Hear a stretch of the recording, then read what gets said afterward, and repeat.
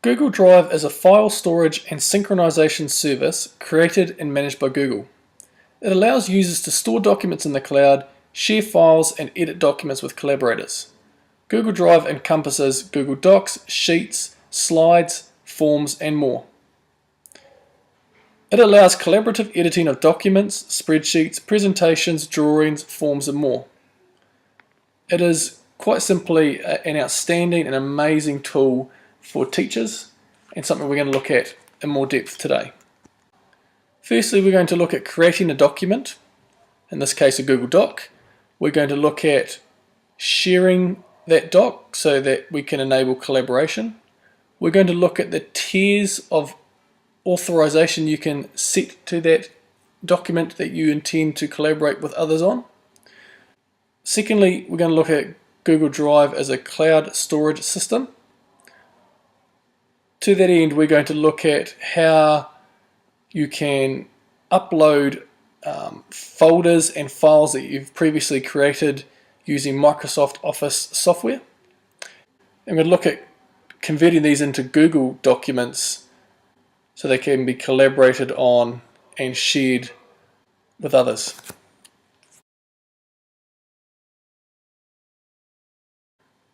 Right, so from Google Drive, locate and select the New button over here. Then choose a type of file you want to create. For this example, we're going to use a Google Doc. Your new file will appear in a new tab on your browser. Locate and select Untitled Document in the upper left corner. By clicking on this, it will prompt the rename document. We'll call this Test Doc. Okay. By doing that, I've renamed the file. I can access the file at any time from my Google Drive. So if I close down the document, and if I want to open it again, simply double click. You may notice there is no save button for your files. This is because Google Drive uses autosave, which automatically and immediately saves your files as you edit them. What we're going to look at now is the collaborative feature of Google Docs. And this is hands down the best thing, in my opinion, about Google Drive. So I've got this doc here that I've created. I can now share it with colleagues or students simply by entering an email or start of an email. I will get an autofill feature, for example there, Martin Hughes, or alternatively if I hit underscore, all of our groups will pop up. So if I want to send this to the P department, for example, I can click on that and away I go. Okay, for the purposes of this, I'm going to share it with my personal email. And the thing I want you to notice here is the tiers of access you can grant. You've got the option of can edit, can comment, and can view. So I'm going to hit on can edit and send. So the first thing we'll see here as the document opens up is that the presence of the person you're collaborating with is indicated by the picture or the letter there. Now as I type, you'll see the words appearing on the other document. So it's an amazing real-time collaboration that is allowed through Google Docs here. Now, as the owner of this document, I can bring more people into this document as I see appropriate. So, for example, I could bring in Martin Hughes, allow him to collaborate in the document as well. Now, if he was to open up the document, his picture would appear there beside my personal emails account. The other nifty thing I can do is have tiered access. Click back into shared. If I go to advanced here, now what I can do is modify the levels of access each person can have. Make sure I save the changes and click done. Now by doing that, you have, again, greater flexibility on how you share and collaborate that document. Another one of the most amazing features about Google Docs is the editing history that you can access. If I come up here and click on this section here, it brings up revision history. If I go down to the bottom and click on the Show More Detailed Revisions, it'll give an overview of what's been done with this document and at what times. Now, you'll see here it's color-coded. So if I come up to here, and you'll notice that the collaborators are color-coded. So my school address, Matthew Dalton, is in green, and at that point in time you can see that I wrote that there. Up at 5:19 PM, you can see that the personal Matthew Dalton, the pink Matthew Dalton, was active at that time and wrote hi to you too. Now, this also tracks deletions, which is really useful when you're working with students and checking their work and monitoring the drafting process.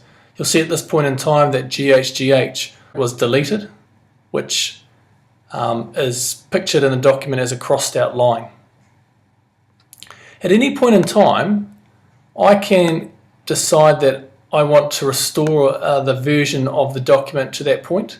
So let's say I made an error after this and I think, oh heck no, I need to go back and I need to restore that version. I can do that by clicking on Restore this version. And what that does is brings that version of the document to the top. The stuff between where I was from 5:19 PM is still there, but I've just shuffled the order. Now if I decide, actually no, I didn't want to do that, I want to go back to this version, I can do that as well.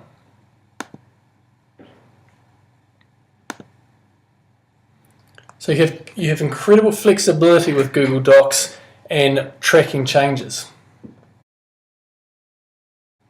The next thing we're going to look at is uploading a document into Google Drive and converting to a Google-friendly format. So again, click on New. I've got the option of a file upload and a folder upload. So I'll click on File Upload. Go find a document from my computer. Let's just grab this one here, Exams for Notices. And you'll see it's uploading down the bottom. Okay, and there it appears in my drive. Double click on that, and I've got this nifty little Chrome extension that automatically opens up the document to allow me to edit the Word document.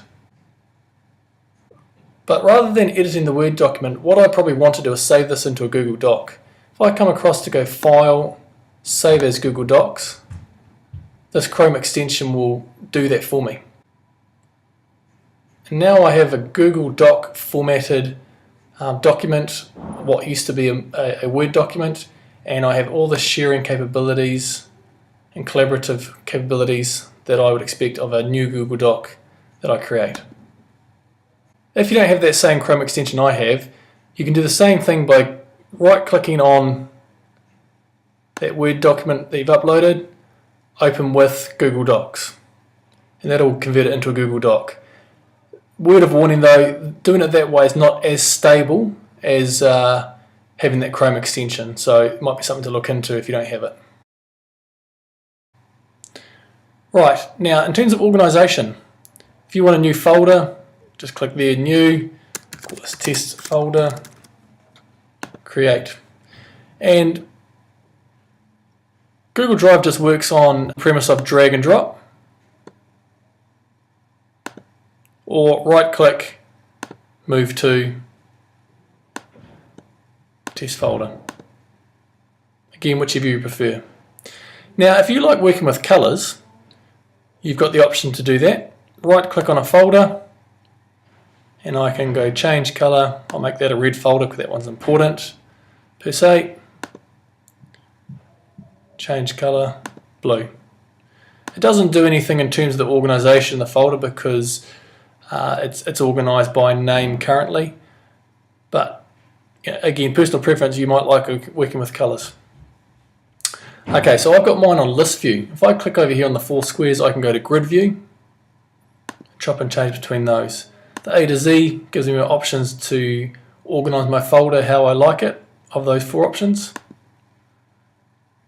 And I also have view details, which gives me sort of an overview of my activity. One last thing I'll show you is the ability to share things quickly. We looked at sharing a single Google Doc with a person or multiple people. Now, a more efficient way of doing this, if you're going to share multiple documents with the same group of people, is to create a folder.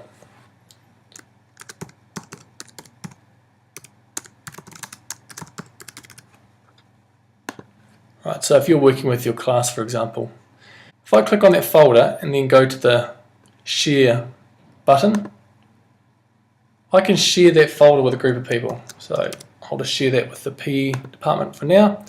Now, when I set the access, I can choose edit or view. Now, this is important because when I set this, I'm setting global sharing rights to that folder by default. Now, if this is a folder you wish people to collaborate with you on, you want it on edit. If this is the folder you want people just to be able to view documents from, you want to obviously click view. So I'll click edit and send. Now when I go into that folder, if I create a new document,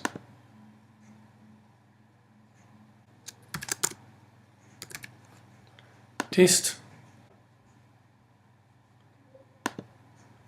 and we'll name it test doc. Okay. Now if I click on share, you'll notice that it's already been shared with one group and it's already on edit because of the fact that I set the folder access as edit, which allows this group of people to collaborate on that document with me straight away. And look at that, Hamish Lockwood's already come in to have a look at it. So that's important because now if I only want people to be able to view that document or another document, I need to set that individually. So by clicking on create, it brings up this warning here. The created item will have the same sharing permission as the selected folder. Now we'll call this one view only. Okay, so now if I want this group to only be able to view this document, I've got to go into advanced and click on can view. Save changes. Done. Well, that concludes this video on Google Drive. Many of the features we've looked at today can be equally applied to Google Sheets, Forms, presentations in terms of creating and sharing those documents. The best thing with Google Drive, like many of the other Google applications, is just for you to get in there, have a try, experiment, play with the enormous potential that each of these platforms have for you in your teaching.